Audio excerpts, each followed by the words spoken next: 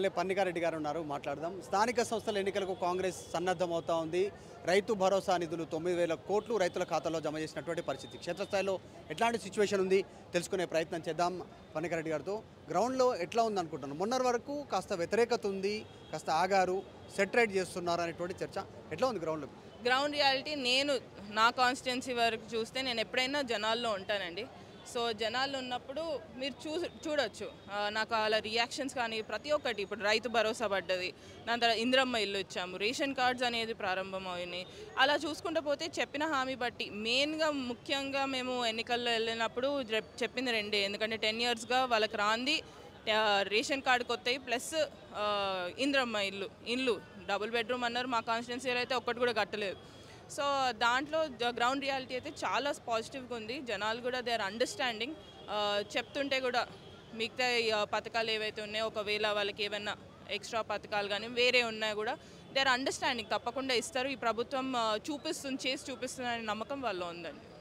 క్షేత్రస్థాయిలో బీఆర్ఎస్ ఒక టార్గెటెడ్గా కాస్త ఆరోపణలు చేస్తూ ఉంది. కాంగ్రెస్ పార్టీ పైన ఇచ్చిన హామీలు నెరవేర్చలేదు, రైతు రుణమాఫీ ఇంకా పూర్తి కాలేదు, ఈ రైతు భరోసా నిధులు కూడా 2 పెండింగ్ ఉన్నాయి, ఇది ఒకటి, అవి కూడా బకాయిలు ఇవ్వనే స్టేట్మెంట్. ఒక్కటండి, మేము అధికారంలోకి వచ్చిన తర్వాత నుంచి మీరు చేసిన పనులు స్టార్ట్ చేస్తే మహిళలకు ఉచిత బస్ కానివ్వండి, రాజీవ్ ఆరోగ్యశ్రీ పెంచి 10 lakhs చేయడం కానివ్వండి, తర్వాత 200 యూనిట్ల ఉచిత కరెంట్ కానివ్వండి, 500 గ్యాస్ సిలిండర్ కానివ్వండి, రైతు రుణమాఫీ అనేది పెద్ద ఎత్తున మన రాష్ట్రమే ఒక రోల్ మోడల్గా జాతీయ పరంగా చూస్తున్నారు. ఎందుకంటే ఆ రుణమాఫీ అంత పెద్ద ఎత్తున చేసినాం, ఆల్మోస్ట్ 25 lakh ఫార్మర్స్ని చూడ.